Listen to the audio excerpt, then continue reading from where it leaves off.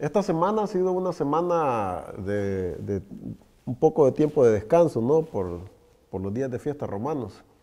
Así que me imagino que han tenido tiempo para estudiar la parashá esta semana, ¿verdad? ¿Sí tuvieron tiempo?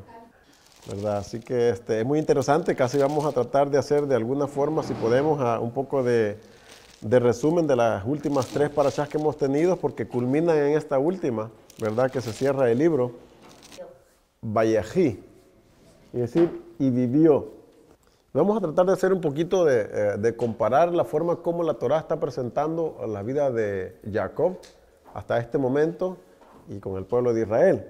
En el último verso de la parashá pasada, fíjense lo que dice ahí en el 27, del verso 27. Así habitó Israel en la tierra de Egipto, en la tierra de Gosén, y tomaron posesión de ella, y se aumentaron y se multiplicaron en grande manera. Así habitó. La palabra habitó, que es yasab, y está en plural. Luego cuando llegamos al primer verso de la parashá de esta semana que dice, y vivió, ya sabemos cuál es el verbo en hebreo para vida, ¿verdad? ¿Se recuerdan? ¿Qué significa? La vida. Por la vida, ¿verdad? Entonces, ¿cuál es el verbo para vida? Hay, es vida. Pero aquí se está refiriendo ¿a quién? A Jacob. Se fijan que en un verso anterior se le está diciendo Israel. Y en el siguiente ahora se le está diciendo Jacob. Que hay 2 verbos que para nuestro idioma yo creo que quizás no haría mucha diferencia decir habitó o vivió. Nosotros lo entenderíamos igual, ¿verdad? Pero en el hebreo son 2 palabras diferentes. Una es yashav y la otra es heim o hei. Habitó. Ahora, aquí en esta está en plural y dice Israel. Entonces, ¿cómo tenemos que entender a ese? ¿A quién se está refiriendo aquí? ¿A una persona? ¿A todas las 12 tribus de Israel? Toda la descendencia de Jacob. Porque está en plural y porque está diciendo habitó. No es lo mismo habitar, ni en hebreo, ni en español no debería ser lo mismo. Habitar, a vivir. Habitar es cuando usted está viviendo en algún lugar. Pero vivió hace más referencia a vivir y a vivir la vida. Y usualmente, pues, cuando se habla de vivir, no se habla de vivir en tristeza, porque recordemos de que en las parashá, donde está él con vida y donde está disfrutando, no es en la tierra de Canaán, que es la tierra que él está esperando heredar, sino que es en Egipto. ¿Por qué dice que vivió en Egipto? Pero estaban en el destierro, estaban en el exilio, por decirlo así, estaban fuera de la tierra. ¿Qué nos puede enseñar eso a nosotros? Lo que la Torá nos quiere enseñar, de que a pesar de que estemos en el exilio, tenemos que estar con vida. Porque fíjese que cuando Jacob estaba en la tierra de Canaán, dice que esos 22 años él estaba como muerto. Y solamente hasta que él escuchó que José estaba con vida, dice que su espíritu revivió en él. Nosotros podemos estar en un lugar donde quisiéramos idealmente estar, pero quizás no estar totalmente contentos. Y quizás estar donde no debemos de estar, pero aún con todo y eso, podamos estar felices, podamos estar contentos, podemos estar con vida. Y en realidad, de una forma u otra, esa ha sido la vida de Israel, que se ha mantenido con vida. Pero fíjense, Israel no ha visto la complementación de las promesas dadas a sus padres, porque la promesa es de que iban a habitar a la tierra de Canaán para siempre, como una herencia perpetua, y en paz, en Shalom. Y eso no se ha dado todavía. Estamos en las naciones en el exilio, pero Israel, a pesar de todo eso, se ha podido mantener con vida. Así que recordemos que las enseñanzas que tenemos nosotros en las parashás, en la Torá, del principio, muchas de esas cosas simbolizan eventos futuros. Aunque ellos vivieron esas cosas, aunque les pasaron a ellos, y ellos las sintieron en su carne propia, pero hemos estado estudiando cómo comparamos la vida de Yosef con la vida de un redentor que iba a venir en el futuro, que sabemos nosotros y entendemos que es Yeshua. Y hemos podido identificar las cosas que le pasaron a él. Ahora, también como nación, tenemos que aprender a identificar las cosas que les pasaron a ellos y que también en el futuro se iban a volver a repetir en una manera más amplia. Entonces, miramos la diferencia ahí también de cómo se le llama, porque recordemos, también a Jacob en algunas ocasiones se le dice Israel y no necesariamente se refiere a toda la nación. Se está refiriendo a Jacob. ¿Por qué? Pero ¿por qué a veces la Torá hace eso? Que intercambia los nombres Jacob e Israel. De un momento le está diciendo Jacob y el otro le dice Israel. Sí es el mismo, pero la Torá tiene una intención de intercambiar los nombres así de esa manera. Yisrael fue el nombre que le fue dado ¿por quién? Por el ángel, ¿verdad? Entonces, y el ángel enviado por Hashem, o por Elohim, por el que se le apareció en representación, ¿no? Entonces, podríamos decir que este era... Entonces, ¿qué podemos decir del nombre de Jacob? Que Israel era su nombre dado de arriba, y lo podemos decir ¿en qué otra forma? Podemos decir que este era su nombre espiritual. Entonces, Jacob era el ¿qué?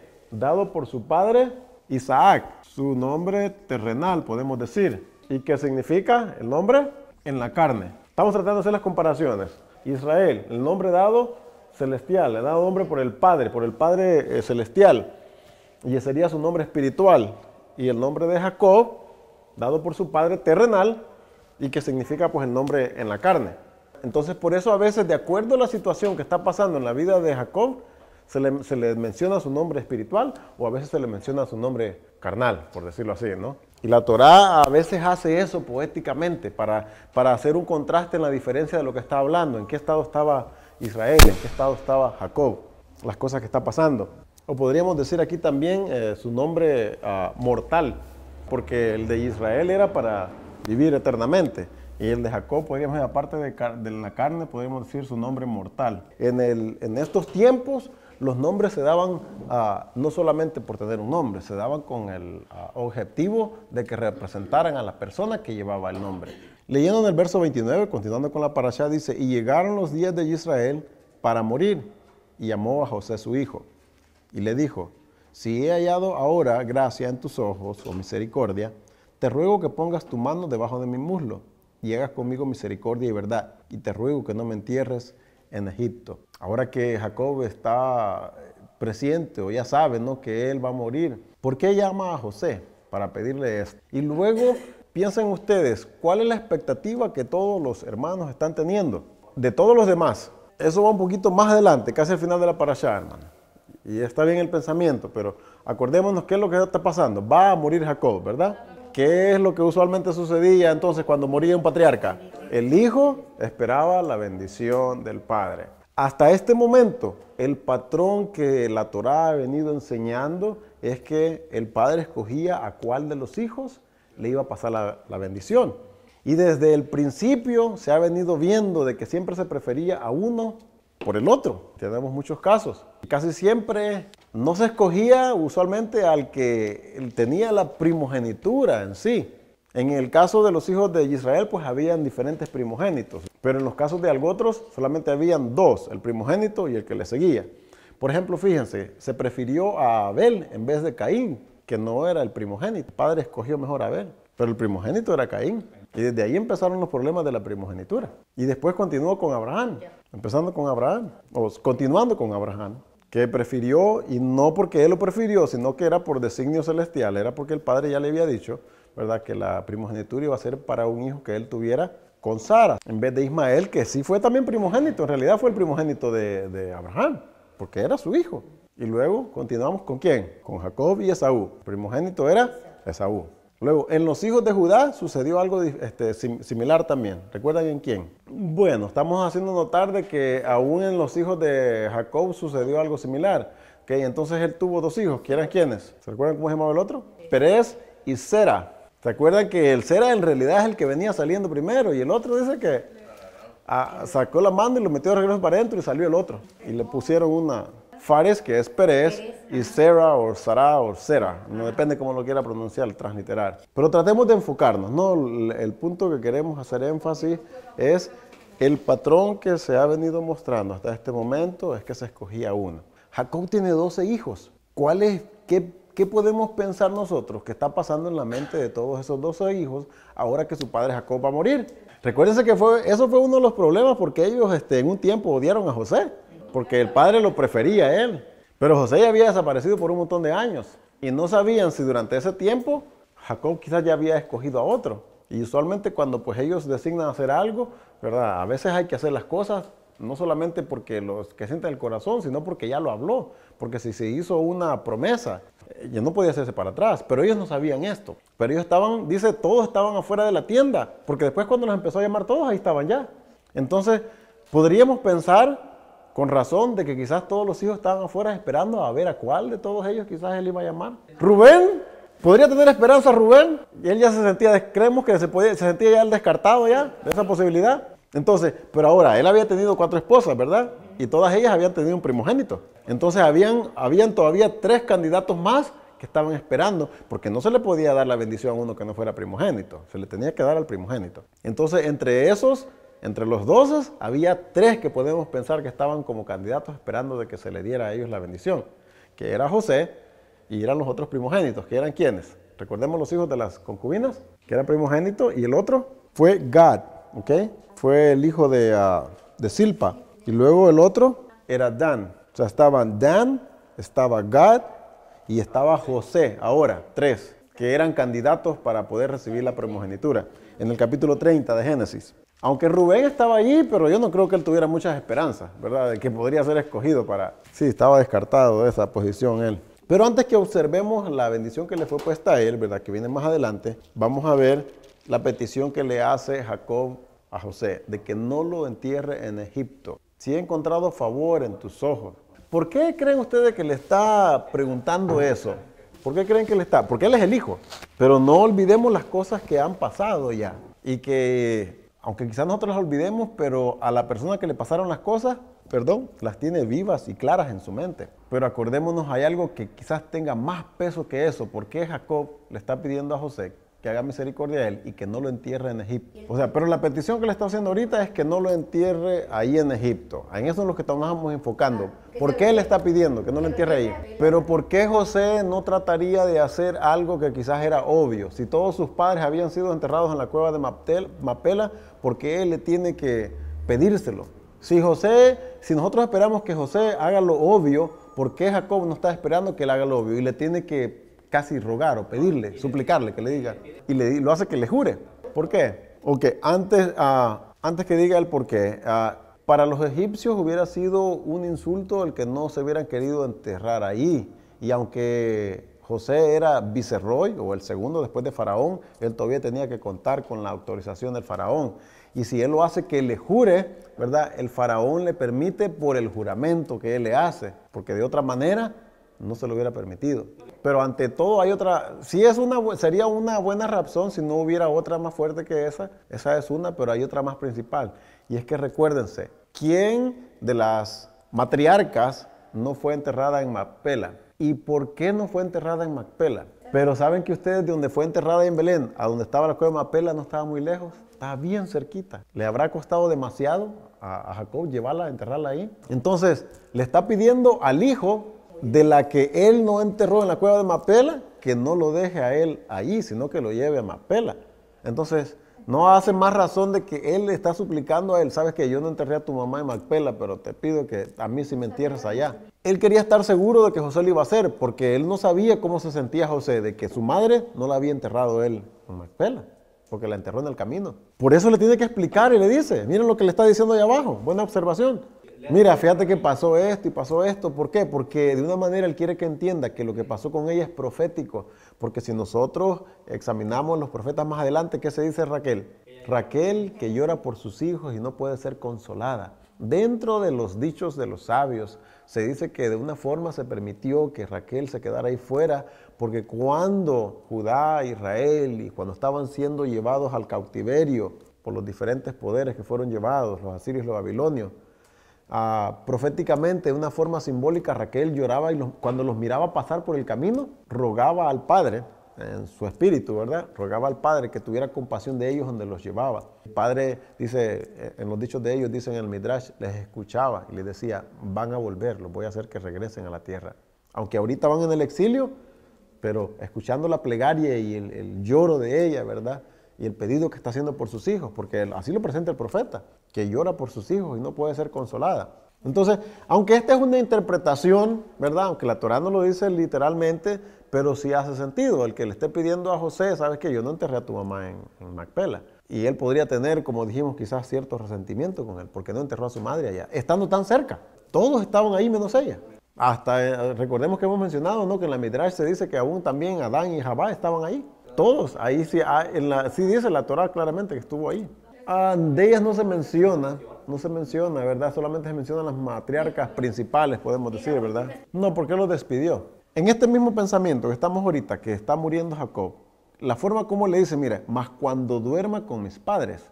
No le dice cuando muera, le dice cuando duerma con mis padres. Mire, en el Midrash se cree que Setura era la misma Agar, ¿ok? Que se le cambió el nombre. Por alguna razón ellos explican ahí que su nombre fue cambiado. Aunque es una interpretación, ¿verdad? No podríamos decir que es cierto o que es mentira. Pero recordemos que dentro de lo que el Midrash explica, que se considera como leyendas a veces, en realidad nos las han dado a nosotros y nos han dicho y las han tomado como leyendas, porque como no las tenemos en lo que siempre hemos leído, entonces no se le pone el mismo peso de veracidad a esas cosas, porque nosotros cuestionamos lo que nunca hemos tenido. Lo que tenemos aquí no lo cuestionamos, ¿verdad? Siempre lo hemos aceptado como palabra inspirada y, ¿verdad?, su pena de muerte. Pero las cosas, los libros que no están aquí, esos siempre ha habido un poquito de duda o se han cuestionado y porque si será inspirado o no, si será cierto o no. Y muchas de esas cosas que se mencionan no están en estos libros, ¿verdad? Así que ese podría ser una razón. Esa podría ser una razón. Ahora, cuando se dice cuando duerma, ¿a qué se está refiriendo entonces Jacob, Israel, cuando él está diciendo cuando duerma con mis padres? ¿A qué se estará refiriendo él? Porque no está diciendo cuando muera, dice cuando yo me reúna o cuando duerma con mis padres. En algunos versos, si ustedes se acuerdan, dice cuando yo sea reunido con mi pueblo. Entonces, ¿qué es la idea que hay dentro de esta cultura, de este pueblo, de estos personajes que estamos estudiando, de que venía después de la muerte? Dice, cuando duerma con mis padres o cuando sea reunido con mis padres, es la expresión que se usa muchas veces en la Torah, es que ellos se están refiriendo que hay vida después de la muerte. Nosotros lo que pensamos es resurrección, pero no ha sucedido todavía la resurrección. Y recordemos cuando a Yeshua se le hace la pregunta, ¿verdad?, de que no creen en la resurrección, los saduceos. Él le dice, el Elohim de Abraham, el Elohim de Yitzhak. ¿Qué es la referencia que hace la Torah de eso? Cuando dice, yo soy el Elohim de Abraham, yo soy el Elohim de Yitzhak. Es Dios de vivos, es un Elohim de vivos, ¿verdad? Entonces está diciendo, creemos en la resurrección, porque las promesas que fueron a ellos, recordemos que en el libro de los Hebreos dice que estos hombres de fe murieron sin verlo prometido, sin haber recibido las promesas. Y entonces, si nosotros entendemos claramente que el Padre cumple sus palabras, como hemos leído en algunos de los profetas, que dice que ninguna de sus palabras cayó a tierra, quiere decir que todo pasó exactamente como Él lo dijo. Entonces, si le prometió a Abraham y a Isaac y a Jacob que esa tierra la heredarían, pero ahora ellos muertos, ¿qué es lo que van a heredar? Entonces, ¿y en qué forma se iba a cumplir esa tierra? ¿De qué le estaban hablando? ¿De una tierra terrenal o de una tierra celestial? Cuando se les dio las promesas a Abraham y Isaac y Jacob, era la tierra de Canaán, ¿verdad? Cuando se le presentó a Jacob en el sueño, recuerdan, le dice, esa tierra en la que estás dormido, te la daré a ti y a tu descendencia. No le está hablando ahí del cielo, está hablando de esa tierra. Entonces son promesas terrenales que no les han sido cumplidas. Ti le dijo a ellos y toda tu descendencia para siempre la van a heredar. Cuando los está bendiciendo, ¿verdad? Le dice a Jacob, yo he escogido una parte especial para ti, para José, más que sus otros hijos. Pero la referencia, cuando él dice, cuando duerma con mis padres, se está refiriendo a que va a reunirse a algún lugar con ellos. La creencia que hay dentro del judaísmo es que ellos iban al rebozo o al pecho de Abraham, que era un lugar especial que ustedes han leído en el libro de Enoch, que es un lugar donde se pasa como una forma de espera, de descanso, mientras se espera la resurrección. No estamos hablando aquí, recuérdense, ni de purgatorio, ni de infierno, ni de cielo. Es un lugar, y en el libro de Enoch explica más o menos cómo es este lugar, en el cual se pasa como a esperar. Y a esto es lo que se le conocía como el rebozo de Abraham y toda su descendencia, el seno de Abraham. Y Yeshua mismo expresa y hace una comparación de una fábula que ellos creían, ¿no? Pero así lo miramos nosotros, como fábula o como parábola. Pero Yeshua no está diciendo ahí que eso, está haciendo una comparación. Sí, porque el estado de existencia de ellos en ese momento no es como el que estamos nosotros ahorita cuando estamos en el cuerpo, que estamos sujetos a la muerte, ¿verdad? Al deterioro de la vida en este cuerpo. Ellos están en un estado diferente. Pero acuérdense que el énfasis que el Padre está poniendo en las promesas que le da a los patriarcas, que le da a todo Israel, no es necesariamente en la materia. este cuerpo, aunque va a ser transformado y que va a ser, y no va a estar sujeto a la muerte en el futuro después de la resurrección, pero no es eso lo que él está enfatizándose. Así que no podemos decir de que no se descompusieron, porque en Génesis del principio dice, polvo eres y al polvo volverás. Los preparaban. Ok, y pensando en eso, ¿por qué sería entonces el deseo de Jacob de que fuera enterrado, volviendo a ver lo mismo, en la tierra de Canaán y no ahí en Egipto? ¿Qué sería la creencia que había dentro del judaísmo que lo hacía Jacob tener el deseo, querer estar seguro de que iba a ser enterrado en la tierra de Canaán y no en Egipto? Pero ¿acaso no podría ser llevado donde quiera que estuviera muerto? ¿Podría ser llevado nuevamente a la tierra de Canaán? Porque acuérdense que hay una profecía que dice que donde quiera que esté el cuerpo, de ahí se van a levantar. ¿Sabe qué es lo que nos hace pensar esas diferentes cosas a nosotros? Cuando a veces no conocemos bastante lo que hay dentro de sus creencias, lo que hay dentro de su cultura.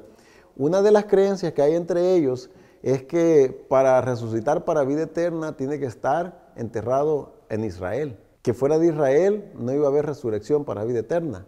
Eso es lo que había en las creencias de ellos. Yo sé, por eso, pero esto es lo que dicen los sabios, ¿ok?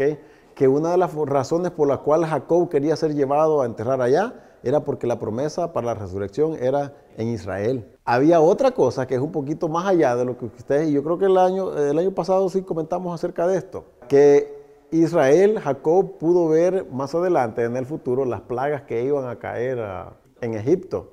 Y una de ellas se originó del polvo de la tierra, los piojos. Y dicen, bueno, en el Midrash dice que pues que Jacob no quería estar con su cuerpo ahí, con los piojos ahí en la tierra, ¿verdad? Había otra creencia también. Había la creencia de que los que fueron enterrados, porque obviamente murieron muchos en Egipto, de que se iban a hacer túneles por debajo de la tierra y que ellos iban a rodar hasta la tierra de Israel para estar allá en el tiempo de la resurrección. Y decían ellos que iban a rodar en la tierra, ¿no? En el polvo, para llegar hasta allá. Y uno decía, ¿no sería muy doloroso eso que tendrían que rodar hasta allá?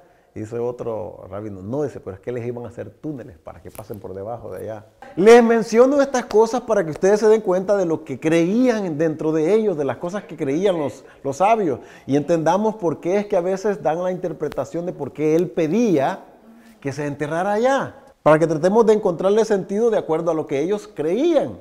Eso es lo que usualmente nosotros queremos creer. Pero ¿cuántas veces hemos hablado que los profetas no sabían todo? Y de las cosas a veces que sabían, no tenemos nosotros tampoco todo escrito. Nosotros no tenemos todo lo que pasó en la vida de ellos, tenemos los eventos más importantes que sobresalieron.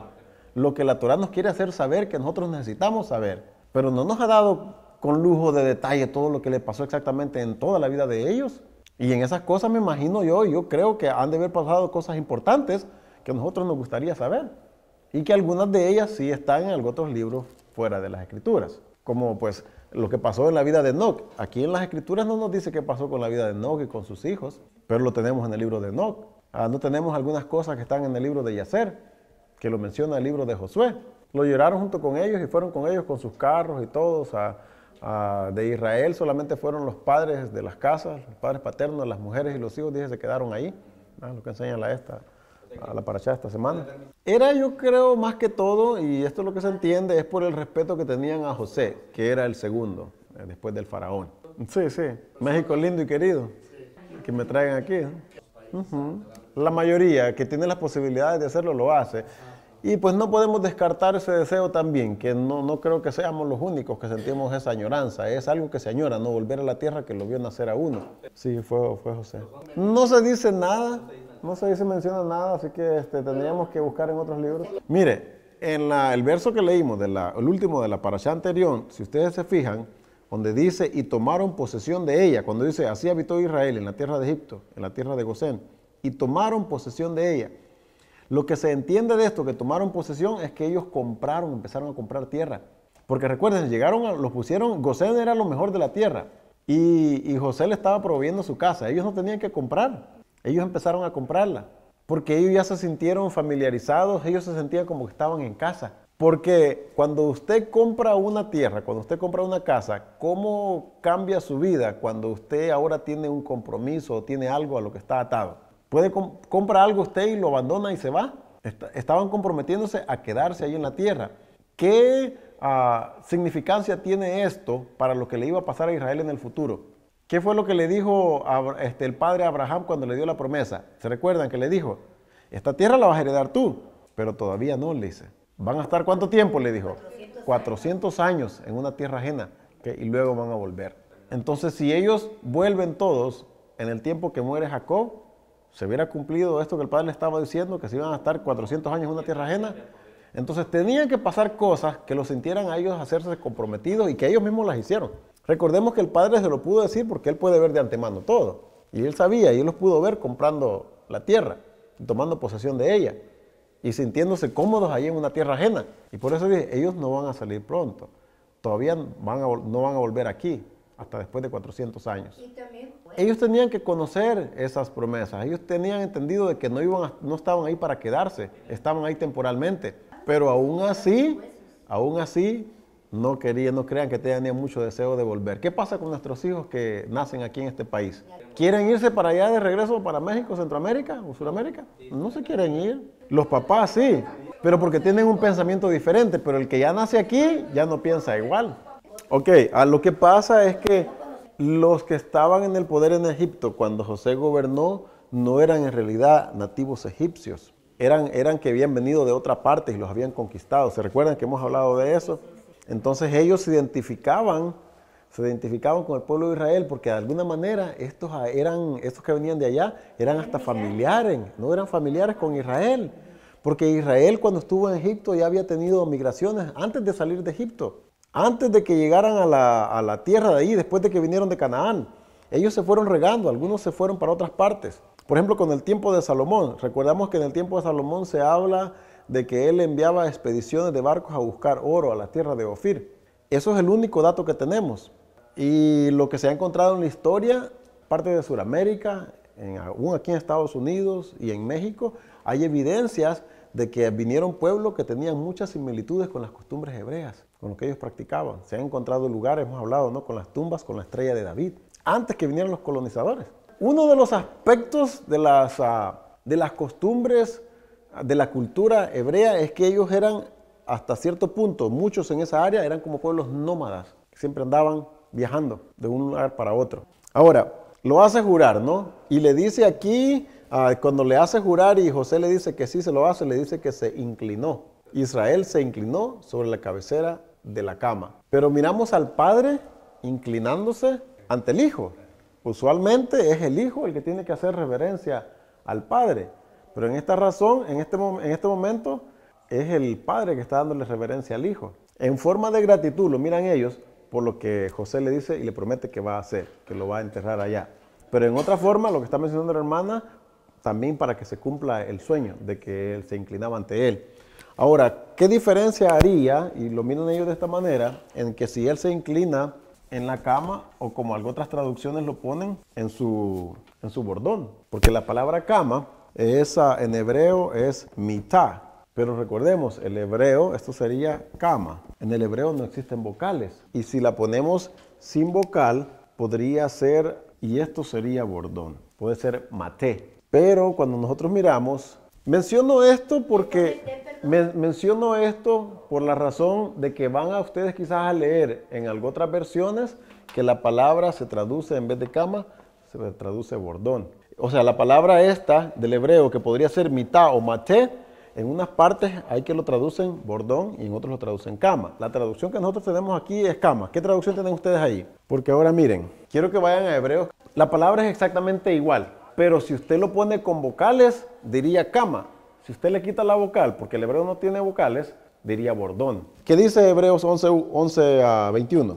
¿Qué dice Hebreo, verdad? Por la fe, Jacob, al morir, bendijo a cada uno de los hijos de José y adoró. Acordémonos que adorar es postrarse. Y aquí estamos leyendo nosotros en la parashá que él se inclinó, que era adorar, ¿verdad? Y dice, apoyado sobre el extremo de su bordón, o bastón, bordón, o como le quiera decir, pero pues esa es la idea, ¿no? Que el callado, también se le puede decir callado. Entonces, hebreo, fíjense cómo lo tradujeron en hebreo, lo tradujeron como bordón. Pero aquí en Bereshit lo tradujeron como cama. Entonces, ¿por cuál nos tenemos que ir nosotros? ¿Cuál es la que tiene que hacer más peso? ¿Seguros? ¿Por qué? Pero no dice hebreo bordón. Ok, el mismo Bereshit nos dice que sí tenía que ser su cama. Mire, cuando leen ustedes ahí en el 48:2 dice, y se le hizo saber a Jacob diciendo, he aquí tu hijo José viene a ti. Entonces se esforzó Israel y se sentó sobre la cama. 48:2 dice que se esforzó y se sentó sobre la cama. Ni modo que se haya sentado sobre el bastón, ¿verdad? No, ahí no hace sentido. Ahora, pero nadie está acostado en una cama con un bastón para... ¿Verdad que no? Ahora, miren el 49:33. Sí, para que enforce un poquito más la interpretación de que tenía que haber sido su cama y no el bordón. Y cuando acabó Jacob de dar mandamientos a sus hijos, encogió sus pies, ¿dónde? En la cama, y expiró y fue reunido con sus padres.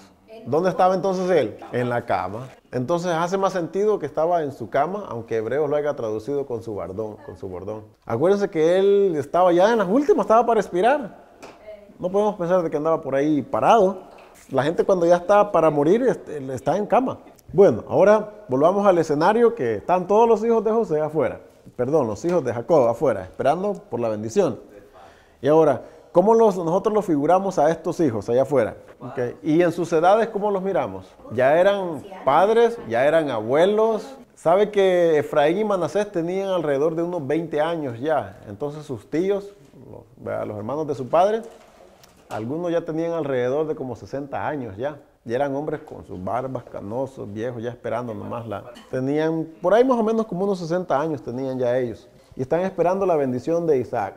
Ahora, vamos a comparar las promesas que fueron dadas a sus padres. Vayan y lean Génesis 28, 3 y 4, para que miremos la similitud de que las promesas que fueron dadas a los padres son paralelas. Génesis 28, 3 a 4 y Génesis 35, del 11 al 12, y la última que está aquí en 48, 4. 35 del 11 al 12. ¿A quién le está siendo dada esta bendición? Isaac a Jacob, la bendición que recibió de su padre, ¿verdad? Abraham. Acuérdense lo que le está diciendo ahí. ¿A quién está siendo dada esta promesa ahora? A Jacob. ¿Cuál es la similitud de la promesa? Voy a leer la 4 ahora. Dice, y me dijo, he aquí yo te haré crecer y te multiplicaré y te pondré por estirpe de naciones y daré esta tierra a tu descendencia después de ti por heredad perpetua, para siempre. No sé qué parte de perpetua nosotros no entendemos ahí. ¿Cuál es la parte de para siempre? Que no, ¿qué es esa parte que no entendemos? ¿A qué se referirá con perpetuo? ¿Qué es lo que entendemos nosotros por eso? Entonces, si se las va a dar a ellos en herencia para siempre, ¿por qué no hemos tenido nosotros el deseo en el pasado? ¿O por qué se ha perdido ese deseo de volver a la tierra de nuestros padres? Si esa es la promesa. Ahora vamos a Jacob, pasando esta bendición a los hijos de José. Llama a José, ¿verdad? Y los hermanos afuera, me imagino, pensaron que era de esperarse. Nosotros ya sabíamos que a José se la iba a dar, ¿verdad? Pero la esperanza nunca muere, dice el dicho. Hasta el último momento ellos estaban esperando que podría ser alguno de ellos. Porque vuelvo a lo mismo, mire, el patrón que se ha venido siguiendo cuando se están pasando estas bendiciones era que se pasaba a una sola persona. No se pasaba a todos los hijos, solamente a una. Entonces ahora los 12 hijos no esperan de que Jacob haga algo diferente. Ellos están esperando que haga lo que sus padres anteriormente habían hecho. Entonces ellos quieren ver a quién de todos ellos. Pero ahora escoge y llama a José. Pero fíjense, aquí sí cambia la cosa. A pesar de que el patrón anteriormente había sido que solamente se pasaba un hijo, Jacob no bendice solamente a José. A él le da la bendición de la primogenitura. Pero después llama al resto de los demás y los empieza a bendecir a todos. Porque la promesa es que de Abraham se iba a levantar una nación que era formada por las 12 tribus. Entonces los 12 tenían que tener esa bendición, no solamente uno. Para que se pudiera cumplir en ellos la promesa dada a Abraham, como una nación, tenía que ser dada a todos ellos. Ahí se rompió el patrón que había venido antes, de que solamente se pasaba a un hijo. Ahora se lo está pasando a todos, pero al primero que le da la primogenitura lo llama es a José. Ahora, ¿qué es lo que hace con José? ¿Por qué qué podemos mirar nosotros que lleva a Jacob a decidir, en vez de darle la bendición a él, se la da a sus 2 hijos? Porque la primogenitura era para uno, ¿verdad? Pero aquí Jacob está dándosela, llama a los 2. Aunque sí se la da solo a uno, pero escoge a sus 2 hijos. O sea que no se la da, en otras palabras, no lo bendice a José. No le dice, José, tú tienes la primogenitura. Le dice, dame a tus 2 hijos. Estos 2 que te nacieron aquí son míos. Ya no van a ser tus hijos, van a ser como, en otras palabras le está diciendo, van a ser como tus hermanos ya. Sí. Olvídate que son tus hijos. Ok. Eso era una forma que se conocía dentro de la cultura de ellos para adoptar. Era una forma de adopción. Se recuerdan que cuando Sara no podía tener hijos, ¿qué fue lo que le dijo a Abraham? Toma a mi sierva Agar para ver si yo puedo tener hijos de ella, le dijo. ¿Por qué pensaba de esa manera ella? Dentro de la cultura de ellos era que cuando el hijo nacía, ellas eran los que lo recibían y daban a luz en sus rodillas. Y en esa forma estaba simbolizando que ella lo estaba adoptando oficialmente como su hijo. Ellas hicieron lo mismo con sus siervas también, ¿verdad? Porque los hijos que estaban teniendo no les tocaban a ellas. Ellos los consideraban como hijos de ellas. Dije, Hashem me ha dado otro hijo y le daban su nombre, ¿no? No decían le dio un hijo a Bilha o le dio un hijo a Silpa. Me ha dado otro nombre y ellas le ponían el nombre. Porque oficialmente ellas eran las madres. Aunque no biológicas, pero se consideraban las madres. Y por eso le podían dar nombre. Entonces lo que está haciendo aquí Jacob es algo que ellos entendían perfectamente en su cultura. Era una forma de adoptar hijos. Por eso los llama, ¿verdad? Y los saca a José dentro de sus rodillas, dice, y van con ellos ahí. Pero ¿qué pasa? Bueno, la Torá nos dice de que José, la vista de Jacob estaba un poco borrosa, ¿no? Porque le dice, ¿quiénes son estos? Le dice. Ay, como que no los mira muy bien, ¿no? ¿Quiénes son estos? Le dice. Y más adelante vamos a mirar el por qué le hace esa pregunta. ¿Quiénes son estos, no? Es un poquito confuso eso, por qué les hace esa pregunta. Esa es una, pero una de las razones también que se presenta es que ¿cómo creen ustedes que se miraban Efraín y Manasés? ¿Dónde habían nacido? ¿Quién era su mamá? ¿Cómo se llamaba su mamá? Asenat, que era hija de un sacerdote egipcio. Así que ellos estaban en la corte del rey, ¿verdad? ¿Podían estar vestidos como hebreos, como pastores en la corte del rey? Tenían que estar con sus cabezas rapadas y con sus vestuarios de nobleza egipcios. Así que ellos no se miraban como, le dije, ¿quiénes son estos? Sí, ya los había bendecido. Los llamó para... Pero mire, ahora le dice, tus dos hijos, Efraín y Manasés, que te nacieron en la tierra de Egipto, antes que viniese a ti, a la tierra de Egipto, míos son, como Rubén y Simeón serán míos. Pero antes de eso, él le da una explicación por qué los está escogiendo. Fíjese cuando le dice, en el 4 dice, y me dijo, he aquí yo te haré crecer y te multiplicaré y te pondré por estirpe de naciones, lo que acabamos de leer, ¿no? Y daré tu descendencia. Ahora, vamos a ver allá, ¿de dónde viene esto? ¿Dónde le fue dicho? Fue en el 35:11, que acabamos de leer. ¿Okay? En el 35:11, cuando se le aparece Hashem a Jacob, le dice, yo soy el Elohim omnipotente, crece y multiplícate. Una nación, fíjate, y conjunto de naciones, son dos promesas las que le está dando, procederán de ti. Cuando se le apareció en este momento, ya habían 11 hijos. Benjamín no había nacido todavía. ¿Sí nos damos cuenta? Benjamín no había nacido todavía. Y los hijos de José no habían nacido todavía. Entonces, ¿qué fue lo que entendió Jacob cuando le dice, una nación y conjunto de naciones saldrán de ti, cuando él ya tiene a todos sus hijos? ¿Y por qué le tiene que dar esta explicación ahora a José? Para que entienda por qué es que está adoptando estos hijos de él como suyos. Pero Jacob le está explicando a José el por qué está escogiendo a sus dos hijos como hijos suyos, adoptándolos ahora. Le está explicando, está diciendo, se me apareció a mí el Elohim y me dijo esto, una nación y conjunto de naciones nacerán de ti. Pero vuelvo a repetir, en este momento Jacob ya tenía 11 hijos. ¿Por qué? Entonces le está haciendo énfasis de eso. No podía esperar él que esa promesa se cumpliera en los hijos que ya tenía. Porque el padre ahora le dice, una nación y conjunto de naciones saldrán de ti. Si ya los tiene, le está diciendo algo que va a ser en el futuro. Y luego viene y nace Benjamín, que en realidad es una nación. Y ahorita lo vamos a ver, esa es una nación. Y luego a José le nacen dos hijos. Ese es el conjunto de naciones. Son dos, plural. Y ahorita vamos a ver cómo es que, por qué. En el momento que Jacob recibió esta promesa del padre, no podemos descartar y olvidar que Benjamín no había nacido. Ahí en el mismo capítulo 35, más adelantito, vemos que es cuando nace Benjamín y Raquel muere en el camino. Sí. En ese mismo capítulo, más adelante. ¿Okay? Así que no ha nacido aquí. Okay. Ahora volvamos aquí. Ahora le dice, porque fíjate la explicación que le da más adelante. Porque cuando yo venía de Padán Aram, se me murió Raquel en la tierra de Canaán, en el camino, como media legua de la tierra, viniendo a Efrata. Y la sepulté allí en el camino de Efrata, que es Belén. Esta es la razón de las dos bendiciones que te voy a dar sobre tus dos hijos. Y vio Israel los hijos de José y dijo, ¿quiénes son estos? Y respondió José a su padre, son mis hijos que Elohim me ha dado aquí. Y él dijo, acércalos ahora a mí y los bendeciré. Entonces José, más adelante, el verso 12, los sacó de entre sus rodillas y se inclinó a tierra. Y los tomó José a ambos. Y ya sabemos lo que pasó ahí, ¿no? Lo hemos explicado varias veces. Cómo José, en su deseo de que el que reciba la primogenitura sea su hijo primogénito, Manasés, lo coloca a la izquierda de él, que sería a su derecha, a la izquierda de él, y pone a Efraín a su derecha para que Jacob pueda bendecirlo con su izquierda. Porque estamos hablando, ¿no? La costumbre, dentro de la cultura de ella, la bendición primordial se daba siempre con la mano derecha. Acordémonos que vez tras vez se menciona la mano derecha como la mano de fuerza, tu diestra con mucho poder, que significaba la mano derecha. Entonces la bendición principal, sobresaliente, siempre era con la mano derecha. Aquí está Manasés y aquí está Efraín. Pero Jacob viene y hace esto. Sabemos eso.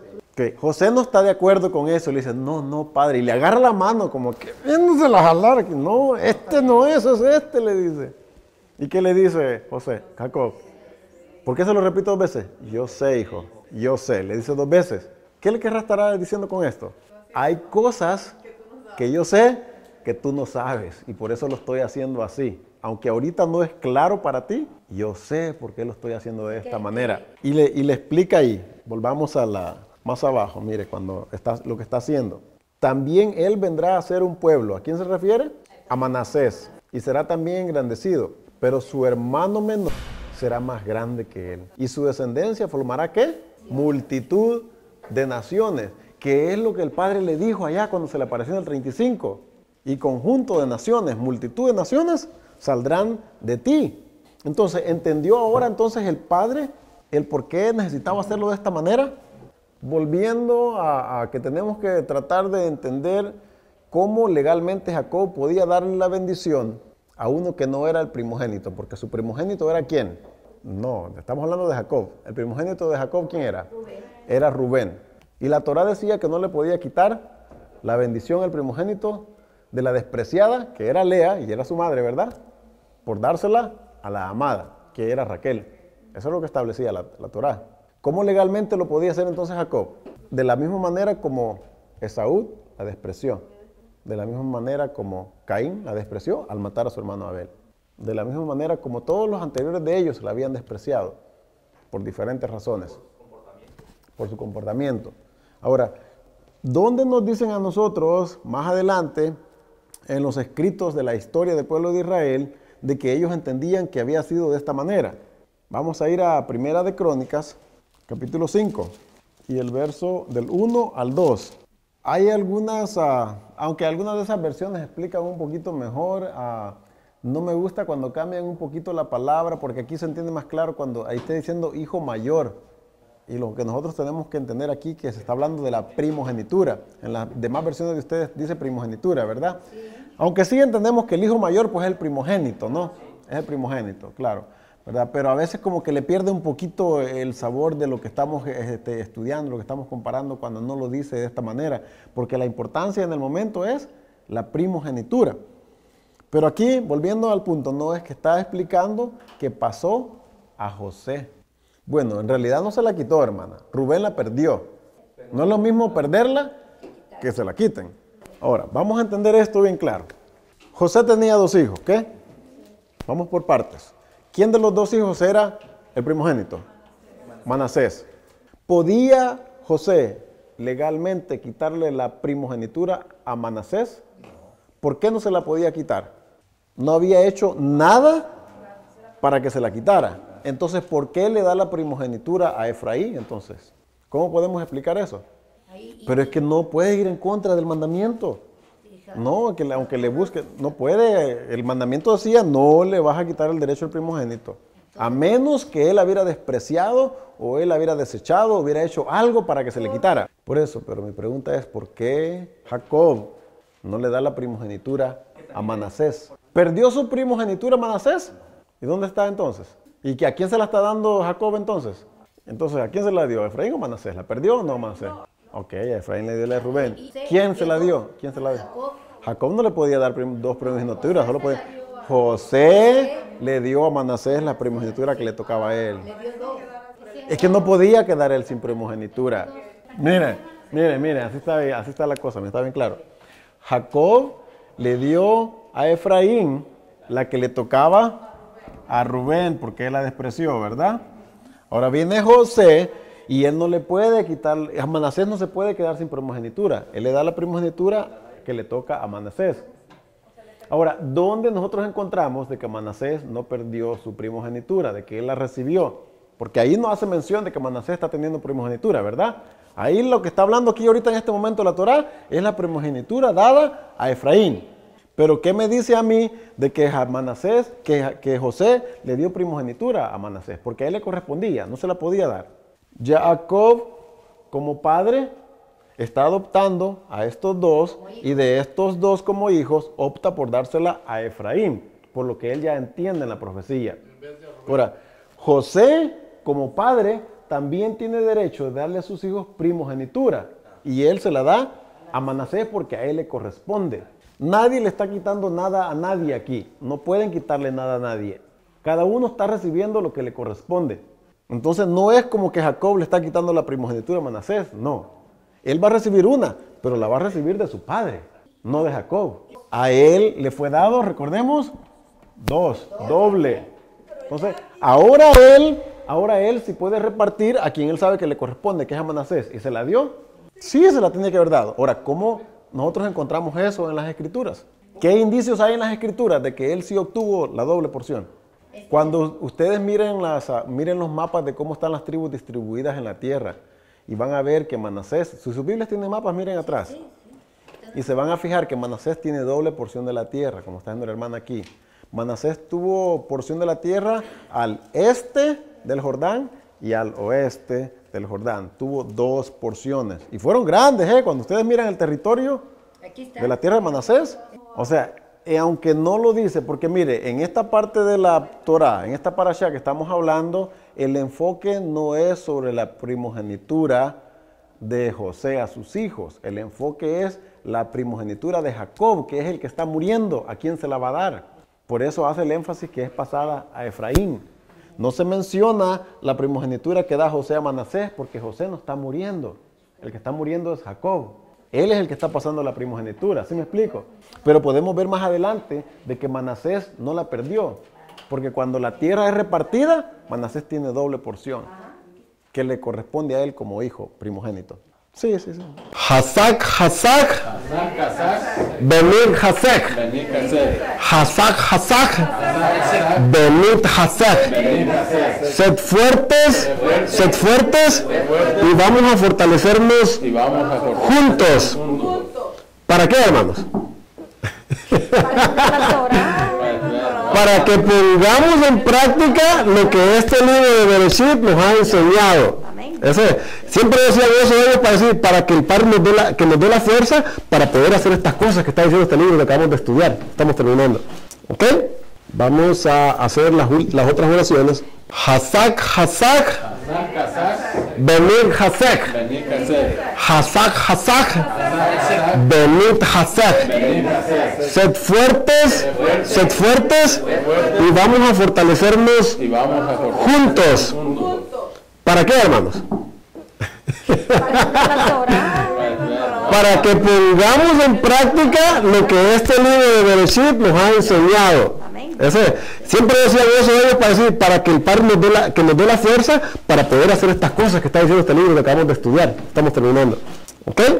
Vamos a hacer las otras oraciones.